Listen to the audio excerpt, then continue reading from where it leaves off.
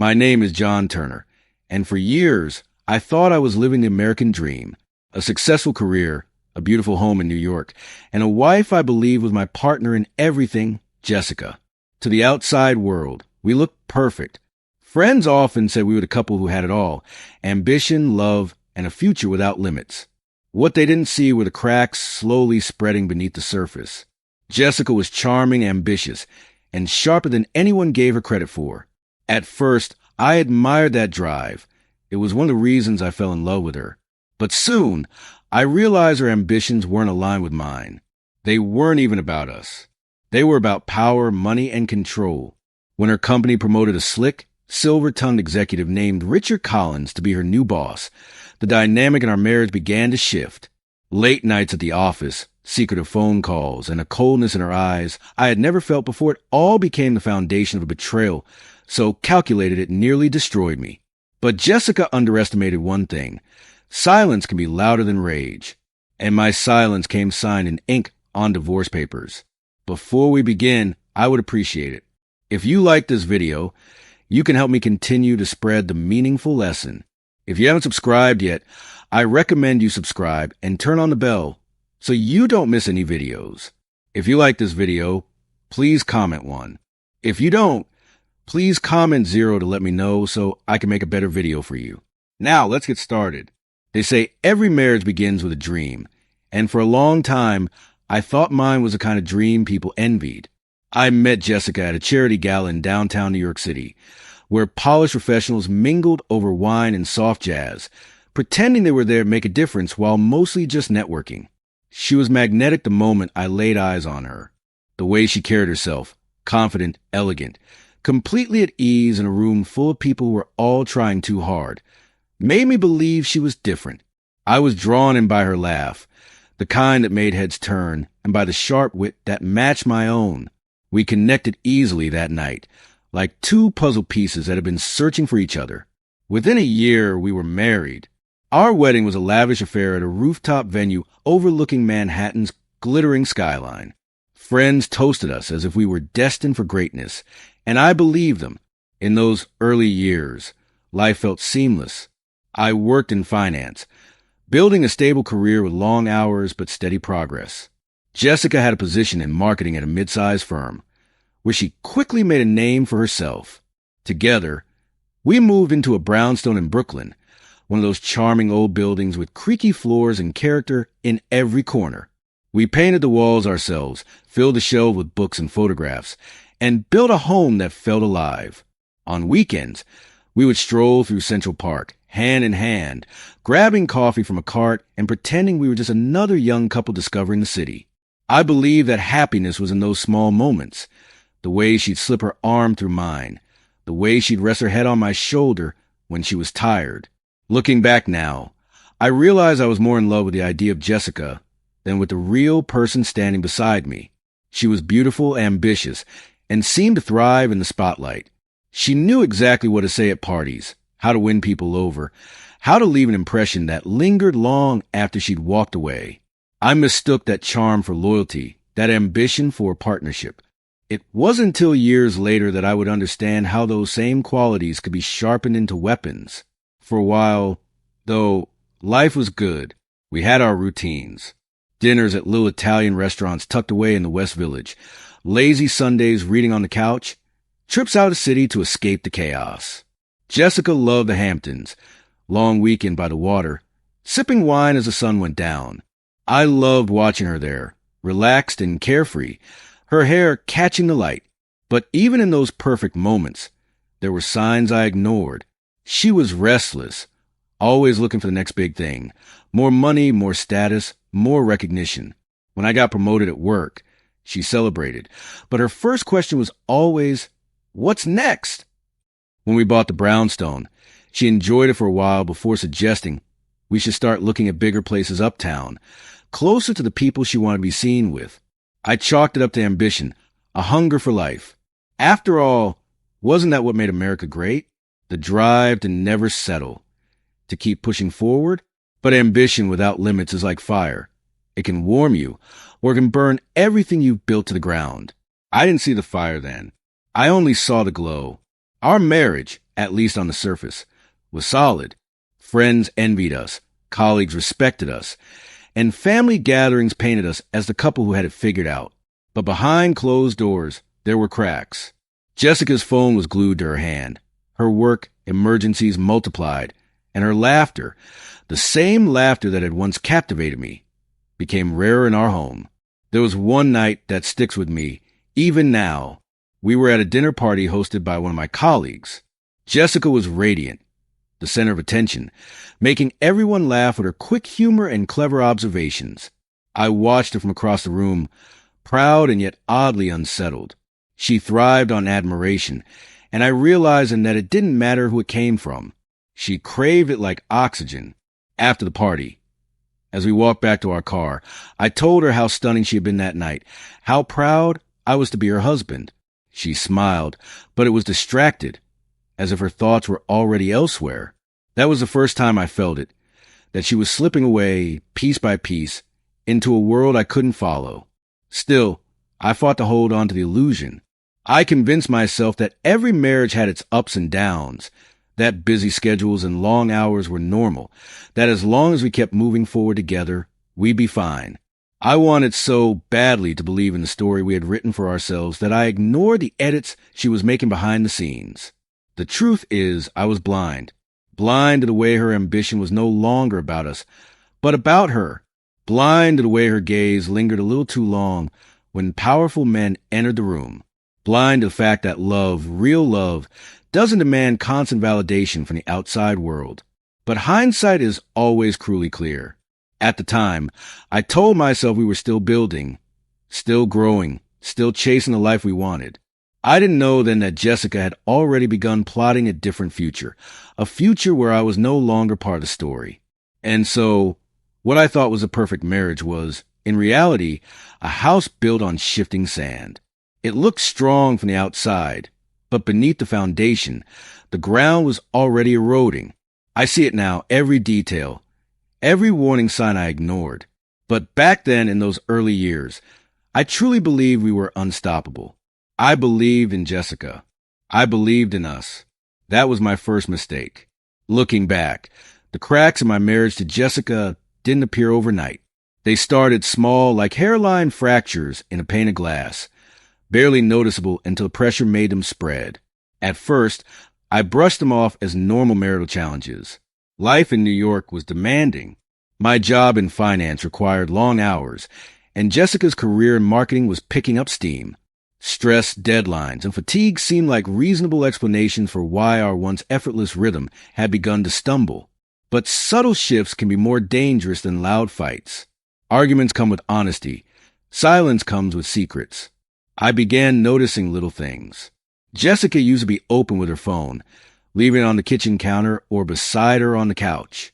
But suddenly, she carried it with her everywhere. Even when she went to the bathroom, the phone went too. When I asked, she laughed it off, saying she was waiting for urgent work emails. But I knew her company. No marketing firm in Midtown was dealing with life or death emergencies at midnight. There were also the late nights. Jessica had always been hardworking, but her new boss, Richard Collins, seemed to demand endless hours from her. She'd come home past 10, sometimes closer to midnight, claiming they were brainstorming campaigns or preparing client pitches. She smelled of expensive cologne that wasn't mine, faint but undeniable, and her excuses grew increasingly rehearsed. One evening, I decided to surprise her at the office. It was a Tuesday, close to 9:30 p.m., and she had texted that she'd be stuck for hours. I picked up her favorite Thai food and drove into Manhattan, weaving through traffic until I reached her building. I walked through the glass doors, the lobby eerily quiet that hour, and took the elevator to the floor where her firm operated. When the elevator doors opened, I expected to find a bustling late-night team. Instead, the office was nearly empty. A single intern sat hunched over a desk, earbuds in, eyes glued to his laptop. Jessica's office lights were off.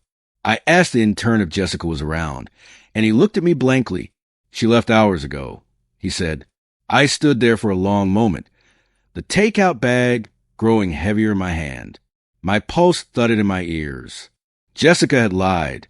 When she finally came home around midnight, her hair slightly disheveled and her blouse buttoned wrong, she gave me the same line, "Long night at the office." I set the untouched bag of Thai food on the counter, looked her in the eyes, and asked simply, "Are you sure about that?"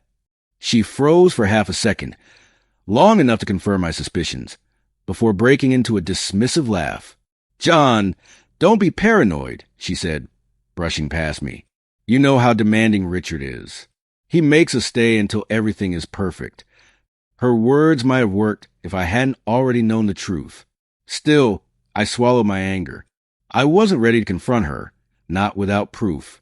That was the beginning of my silence. The more I watched, the clearer the patterns became. She guarded her phone with religious zeal. I'd wake up at 2 a.m. to see the blue glow of the screen reflecting in her eyes as she texted someone, claiming it was a client in Tokyo. She grew distant, her laughter absent from our home. And when she did laugh, it wasn't the unrestrained, joyful sound I'd fallen for. It was sharp practice, like she was saving her real emotions for someone else. One Saturday morning, she claimed she had a networking brunch with colleagues. I let her leave, then decided to follow from a distance. New York is a city where you can disappear in plain sight. I hailed a cab and trailed her to a boutique hotel in Soho. She didn't meet a group of colleagues. She met Richard. I watched from across the street as she walked into the hotel lobby with him, her hand brushing his arm in a way no professional should. They disappeared into the elevator together, and I stood frozen, the truth searing itself into my chest like a hot brand. That was the day I stopped being blind. But betrayal has a strange effect on people. Some explode in rage. Others collapse in despair. Me? I became cold, detached. My emotions didn't vanish. They hardened. I knew if I confronted Jessica then, she would deny everything, twist the truth, and paint me as insecure. She was clever like that. And Richard, with his polished charm, would cover for her. No, I couldn't confront them yet. I needed to be smarter. So I played my role. I continued as if nothing had changed. I smiled when she came home late, nodded when she gave flimsy excuses, and even complimented her when she dressed a little too carefully for business dinners. She thought she was winning, thought she was pulling the wool over my eyes. But I was watching, and the more I observed, the more her betrayal revealed itself. Credit card charges for restaurants we had never visited, receipts stuffed into her purse for hotels far from her office, whispered phone calls that ended abruptly when I walked into the room. One night, she slipped up. She was in the shower, and her phone buzzed on the nightstand. The name on the screen read Richard Collins. The preview of the message was short, but damning. Can't stop thinking about last night. I didn't open it. I didn't need to. The truth was staring me in the face. I put the phone back exactly as I'd found it, and sat in silence until she emerged from the bathroom. She smiled at me, wrapped in a towel, acting like the loving wife. And I realized then that the woman I married was gone. From that moment on, I stopped trying to save the marriage. Instead, I began preparing to end it, but not in anger, not with screaming or accusations. No, I wanted the end to cut deeper than words ever could. I wanted silence to be my weapon. Jessica thought she was playing chess, moving pieces behind my back, aligning herself with her boss to plot my downfall. What she didn't know was that I had already seen the board, and I was preparing my moves, quietly, carefully, deliberately, because sometimes the most devastating revenge isn't shouting the truth for the world to hear. Sometimes it's letting the truth reveal itself most undeniably. For me, that truth would be written in black and white, on divorce papers. The thing about betrayal is that once you see it, you can't unsee it. Every smile becomes a lie. Every touch feels rehearsed. Every word drips with hidden meaning. Jessica thought she was careful, but she wasn't careful enough. And Richard Collins, the man who had inserted himself into my marriage, was not nearly as clever as he believed. Richard was the kind of executive you meet in New York all the time. Polished shoes, perfect suits, a voice that oozed confidence. He had that corporate swagger, the kind that convinced investors to sign contracts and employees to work weekends without complaint. But beneath the charm, he was predictable. A man who thrived on power, on bending people to his will, on seducing anything or anyone, that made him feel untouchable. Jessica fell right into his orbit, or maybe she chased it. I'll never know if he pursued her first or she saw him as her ticket to bigger things. What I do know is this. They weren't just having an affair. They were plotting. It started small, little things she'd suggest at home, dressed up as concerns. She'd plant seeds of doubt, questioning decisions I made about work, about finances, about our future. Are you sure your firm is stable? Finance can be so volatile.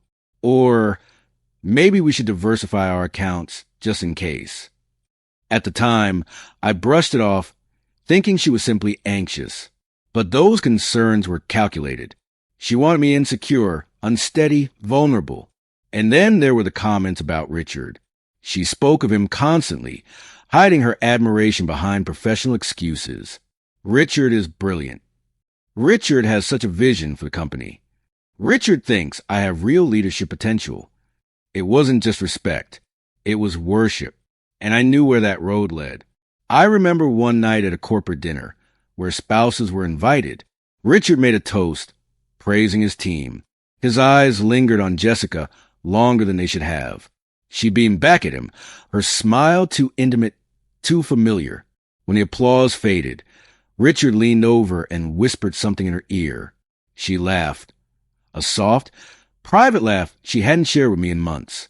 It was in that moment I understood this wasn't just infidelity. It was collusion. Jessica and Richard weren't satisfied with their secret affair. They wanted more. They wanted me out of the picture, not just as her husband, but as an obstacle to her ambitions. The plot began to surface piece by piece.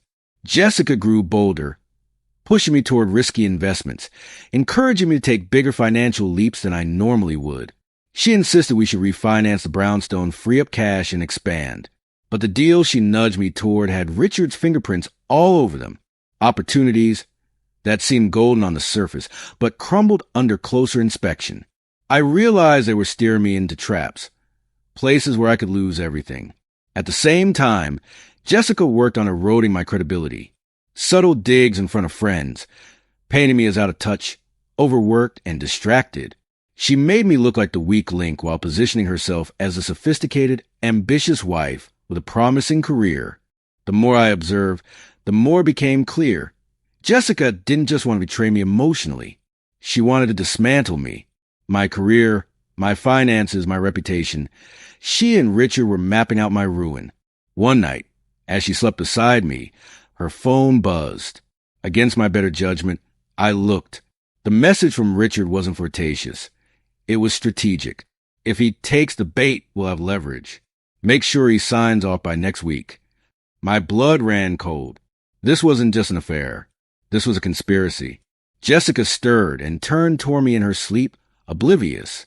I lay awake until dawn, my mind racing. The woman I had once vowed to spend my life was actively working with her boss to destroy it. But here's the thing. Betrayal sharpens a man. Rage can make you reckless, but silence can make you dangerous. And I chose silence. I started gathering evidence. Quietly, patiently, every receipt, every message, every suspicious transfer or credit card charge. I documented it all. I hired a private investigator, a discreet old pro who'd worked cases far uglier than mine. Within weeks, I had photographs of Jessica and Richard at that same Soho hotel, arms around each other, lips locked. But even more valuable than the photographs were the financial trails. Emails connecting Jessica's suggestions to Richard's interests. Paperwork showing her involvement in pushing me toward bad deals. It was all there in black and white. And yet, I didn't confront her. Not yet, because the more I watched, the clearer their arrogance became. They thought they were untouchable. Richard treated me like a nonentity at social events, shaking my hand with the smug smile of a man who believed he was already winning. Jessica carried herself with a new confidence, a cruel sparkle in her eyes, as if she knew something I didn't. She thought she had the upper hand. She thought she was pulling the strings. But the truth was, I was letting her play her game, letting her dig her own grave one move at a time. Because when betrayal runs this deep, justice can't be rushed. It has to be deliberate, calculated, precise. And so I stayed silent, all the while preparing. The betrayal between Jessica and Richard wasn't just a fling. It was a partnership built on deceit, greed, and ambition. They believed they could manipulate me into financial ruin, discredit me in my circles, and then step over the wreckage to build their empire together. What they didn't count on was that the man they thought was blind was watching everything. They were playing checkers. I was playing chess. And when the time came, I knew exactly how I would deliver my answer. Not in screaming matches, not in accusations, not even in violence, but with silence, strategy, and a single devastating signature on divorce papers. There's a unique kind of pain that comes with betrayal. It doesn't scream. It doesn't bleed. It settles into your chest like ice, spreading slowly, freezing parts of you that once felt alive. When I realized Jessica and Richard weren't just betraying me, but plotting my ruin, I felt that ice seep into my bones. At first, I thought the pain might kill me. Nights were the worst. I'd lie awake beside her, listening to her breathing, wondering how the woman I loved could drift so peacefully in sleep while secretly sharpening knives on my back. The silence of the apartment would press against me, heavy and suffocating. But eventually, that silence became something else. It became my ally. I stopped talking. Not to her, not to anyone. The more I withdrew, the less she noticed me. And the less she noticed me, the freer I was to prepare. Jessica believed silence meant defeat. She thought I was becoming weak, that I was crumbling under the pressure she and Richard were orchestrating. But in reality, I was studying them. Every detail, every word, every careless slip. My silence wasn't surrender, it was strategy. I remember sitting in my office late at night, staring at the city lights through the window. New York never sleeps, but in those hours it felt like the city, and I shared a secret. I had files spread across my desk, bank statements, credit card bills, emails I quietly forwarded from Jessica's account to one I created just for this purpose. I was connecting dots, building a map of their betrayal. Piece by piece, the picture grew clearer. She was pushing me into risky financial waters not because she cared about my success, but because Richard stood to benefit. She was sabotaging me in social circles so that when I fell, she'd appear untarnished. It wasn't about love or even lust. It was about ambition. Jessica wanted a seat at the table Richard was promising her, and I was the dead weight holding her back. The pain of knowing this used to feel unbearable. But with time, it hardened into something else. Resolve. I sought counsel quietly. Divorce attorneys in New York are plentiful, but I found one who specialized in high-asset separations, someone who knew how to turn betrayal into leverage. I didn't reveal everything at once. I told him only what he needed to know, and I watched his eyes sharpen as I laid out the financial evidence. He explained things I had never considered, how marital misconduct could impact settlements, how documentation could be more powerful than testimony, how silence could be my greatest weapon. So I kept collecting. Jessica, meanwhile, thought she was thriving. She strutted around the apartment in new clothes, bought with money she didn't earn, and talked about plans that didn't include me. Sometimes she slipped, speaking about we when she met herself and Richard. I'd nod, pretending not to notice, while my mind filed away every word. The hardest part wasn't the evidence gathering. It was playing the role of the oblivious husband, pretending not to know, pretending not to care, letting her believe she was pulling every string. It burned me from the inside, but I never let it show. When she came home late, I poured her a glass of wine and asked about her day. When she dressed too carefully for business dinners, I complimented her. When she lied, I smiled. She thought I was fading into the background. In truth, I was writing the ending to our story. My investigator delivered photos, videos, and timelines that painted a damning picture. Jessica and Richard weren't discreet. They met at hotels, restaurants, and even at company functions where they thought no one was watching. But someone was always watching. I had more proof than I could ever need. Yet proof wasn't enough. I wanted precision. I wanted Jessica to be undone not by my anger, but by the very system she thought she could manipulate. So I waited. I let her and Richard grow bolder. I let them believe they were winning. Meanwhile, I moved assets quietly, securing accounts, protecting investments, ensuring that when the storm came, I wouldn't be the one left in ruins. The silence was excruciating at times. Friends asked why I seemed distant. Colleagues noticed the edge in my demeanor, but I couldn't tell them. This was my war, and wars are not fought with chatter. They are fought with patience, timing, and the resolve to endure pain longer than your enemy expects. Jessica mistook my quiet for weakness. She began talking down to me more, dismissing me in conversations, mocking my old-fashioned sense of loyalty. Richard, emboldened, started making subtle digs at me during social gatherings, confident I was too blind or too cowardly to notice. I let them. Every insult, every slight was fuel. The turning point came one evening when Jessica returned from yet another work trip. She walked into our brownstone as if she owned it, tossing her coat onto the couch and scrolling through her phone. She barely looked at me when she said, "John, we need to talk about refinancing again. Richard thinks." I tuned out the rest. My mind wasn't on her words anymore. It was in the folder sitting in my desk drawer upstairs, filled with evidence that would end the charade. Divorce papers were being prepared, assets secured, the stage set. In that moment, I realized something profound. I no longer loved her. The woman I had once admired, trusted, and built a life with was gone. All that remained was a stranger who shared my last name. And so the silence no longer hurt. It empowered me. Every betrayal she committed in secret, I mirrored with preparation in silence. Every plan she and Richard hatched against me, I countered with a document, a signature, a move they didn't see coming.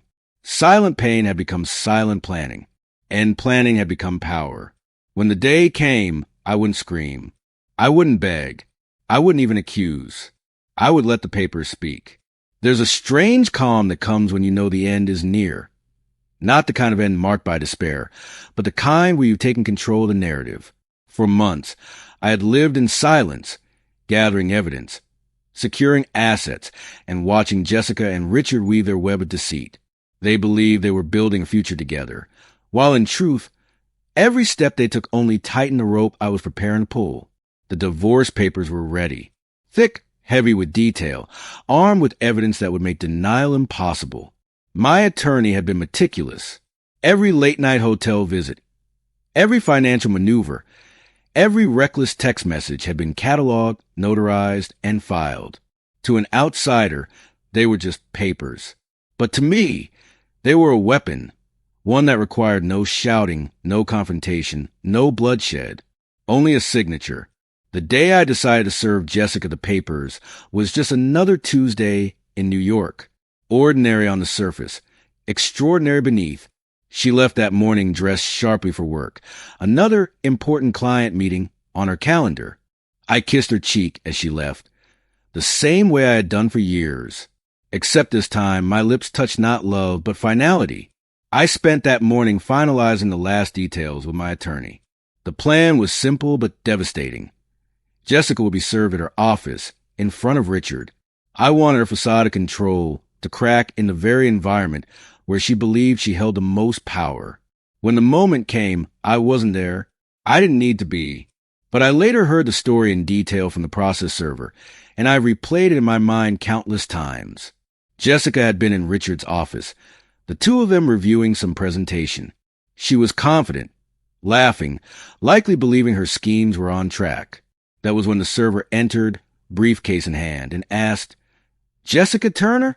She confirmed with her usual air of self-importance. And then, in a calm voice, he delivered the words that shifted the ground beneath her. "You've been served." The envelope was heavy in her hands. Inside, the truth waited. Photographs of her and Richard in compromising positions, records of suspicious transactions, witness statements, and the divorce petition itself. She flipped through it, her face draining of color as the reality sank in. Richard tried to intervene, but his name appeared in the documents too, exposing his involvement in the financial manipulation. In that single moment, the empire they thought they were building crumbled. While Jessica scrambled to contain the shock, I was sitting in my office overlooking the city, sipping coffee, calm for the first time in months. My silence had carried me to this point, and now the paper spoke louder than any argument ever could. When Jessica came home that evening, she was a shadow of herself. Gone was the arrogance, the sparkle of someone who believed she had the upper hand. She tried to talk, to twist the situation, to convince me this was a mistake. "John, we can work this out," she said, her voice trembling. "You don't understand what you're doing." I looked at her, really looked at her, and felt nothing. No rage, no heartbreak, no longing, just emptiness where love used to be. "I understand perfectly," I replied, "better than you think." She shifted tactics, tears streaming down her face. "It wasn't what you thought. Richard, he pressured me. I stopped her with a shake of my head. "Don't insult me with lies. You made your choice. Now you live with it." And just like that, the conversation ended. From there, the divorce unfolded with ruthless efficiency. Jessica's attorneys tried to fight, but the evidence was undeniable. Infidelity, conspiracy, financial misconduct. My lawyer had built an airtight case. What Jessica thought would be her triumph turned into her downfall. She lost her credibility, her financial leverage, and her carefully crafted image. Richard tried to shield her, but he couldn't protect himself. Word of their affair leaked into their professional circle, tarnishing both reputations. His authority at the firm began to crumble, and Jessica, once his rising star, became a liability. The man she had gambled everything on wasn't her salvation. He was her anchor, pulling her down with him. Meanwhile, I walked away intact. My assets were secured, my reputation unscathed. Friends and colleagues who had quietly doubted me now saw the truth. I hadn't been blind. I had been patient. And patience had turned betrayal into victory. The silence I had carried for so long reached its crescendo in courtroom. When the judge reviewed the documents and granted the divorce in my favor, Jessica sat across from me, hollow-eyed and broken. She avoided my gaze, staring down at her hands as the verdict sealed her fate. I didn't smile. I didn't gloat. Revenge doesn't always look like triumph. It looks like walking away while the person who tried to ruin you sits in the ashes of their own making. As we left the courthouse, she tried one last time. "John," she whispered, "we can fix this. Please, don't let it end like this."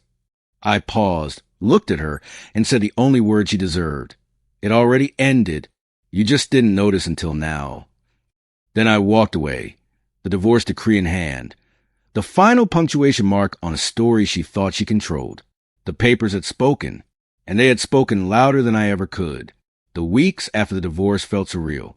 For the first time in years, I woke up in an apartment that felt like mine again, free of lies and poisoned promises. The silence that had once weighed on me now felt like peace. No more midnight phone buzzes. No more excuses about work dinners or networking trips. Just quiet mornings with coffee, the hum of the city outside, and the knowledge that I had survived the storm. Jessica, on the other hand, was drowning. Word of her affair with Richard spread quickly through the firm. New York has a way of chewing people up and spitting them out, and once your reputation takes a hit, the city doesn't forgive easily. Richard was the first to fall. Investors lost trust in him.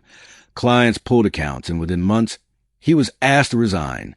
Without his shield, Jessica became exposed. Her colleagues whispered behind her back. Clients stopped taking her calls, and the promotion she had once bragged about slipped away like sand through her fingers. By the time the ink on our divorce decree was dry, Jessica was unemployed, her professional credibility shattered. The man she had risked everything for, Richard, was gone, retreating from the spotlight in disgrace. She had gambled her marriage, her career, and her reputation, and she lost all three. I didn't need to gloat. The universe had done it for me. Friends asked me how I felt, expecting rage or bitterness. But the truth was, I felt nothing toward her anymore. That was the real victory. Not the financial settlement, not the legal win, but the complete absence of love or hate. Jessica no longer had power over me. She was just another person in New York, struggling to survive, and I was free. One afternoon, months after the divorce, I ran into her by chance. It was on Fifth Avenue near Bryant Park. She looked smaller somehow, weighed down by her own choices. The sparkle in her eyes was gone, replaced by something harder, resentment mixed with regret.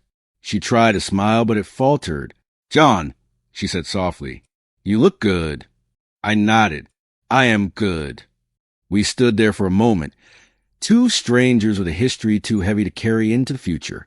She opened her mouth as if to say more, but no words came. Finally, she just lowered her eyes and walked away. I didn't watch her go. That moment was when I knew I was truly free. In the months that followed, I rebuilt my life. I poured my energy back into work, strengthened old friendships, and found joy in simple things. Weekend hikes upstate, quiet dinners with close friends, mornings where I didn't feel need to check over my shoulder. New York hadn't changed, but I had. The city no longer felt like a battlefield. It felt like home again. I learned to appreciate the silence. It wasn't the silence of betrayal anymore. It was a silence of healing, of starting over, of living life on my terms. People often ask if I regret the years I spent with Jessica. The truth is, I don't. Regret implies I had the power to change her choices, and I didn't. What I had was the power to respond, and I did. I let the divorce papers speak for me. They told the story of betrayal and consequence, of silence turned into strategy, of a man who refused to be broken. Jessica's ruin wasn't my doing, it was hers. I simply refused to go down with her. As for Richard, I heard through the grapevine that he left the city altogether. Some said he tried to start over in another firm. Others whispered about a messy divorce of his own. It didn't matter to me. He was irrelevant now. A footnote in a chapter one had closed. The real story was mine. The story of survival, of reclaiming my dignity, of walking away stronger than before. Betrayal has a way of teaching you who you are. It strips you bare, forces you to confront the parts of yourself you didn't know existed. For me, it revealed a resilience I never imagined I had. I didn't need to scream, didn't need to fight in the gutter. I won by staying calm, by staying silent, by letting the truth do what anger never could. Sometimes I sit on my balcony at night, watching the city lights flicker against the dark sky. I think about the man I was when I first met Jessica, hopeful, naive, blinded by charm. I think about the man I became when I discovered her betrayal, cold, hardened, but patient. And I think about the man I am now, free. Not every story of betrayal ends in ruin for betrayed. Sometimes, if you hold your silence long enough and play the long game, it ends in freedom. Jessica planned my ruin with her boss. She thought she could strip me of everything. But in the end, the only life destroyed was hers. And me? I walked away with everything that mattered, my dignity, my future, and the quiet satisfaction of knowing that I didn't just survive her betrayal. I outlived it. And that, my friends, is where this story ends. A marriage that once looked perfect on the outside collapsed under the weight of betrayal, greed, and arrogance. Jessica believed she could build her future on lies, conspiring with her boss to destroy her husband. But in the end, it was her own life that unraveled. John didn't need to scream, didn't need to fight with fists or anger. He let silence and divorce papers speak louder than anything else. There's a lesson here, one I think resonates with anyone who has ever faced betrayal. Sometimes the most powerful response isn't revenge in the way we often imagine it. Sometimes it's patience, strategy, and the courage to walk away with dignity intact. So I want to ask you, what did you learn from this story? Did it remind you of a moment in your own life when silence was stronger than anger? If you could take one lesson from John's experience and apply it to your own life, what would it be? Backhand Index Boing Right, share your thoughts in the comments below. I'd love to read your insights. And of course, if you enjoyed this story, please don't forget, leave a comment, hit the like button, share this video with someone who needs to hear it, and subscribe to our YouTube channel for more powerful stories like this one.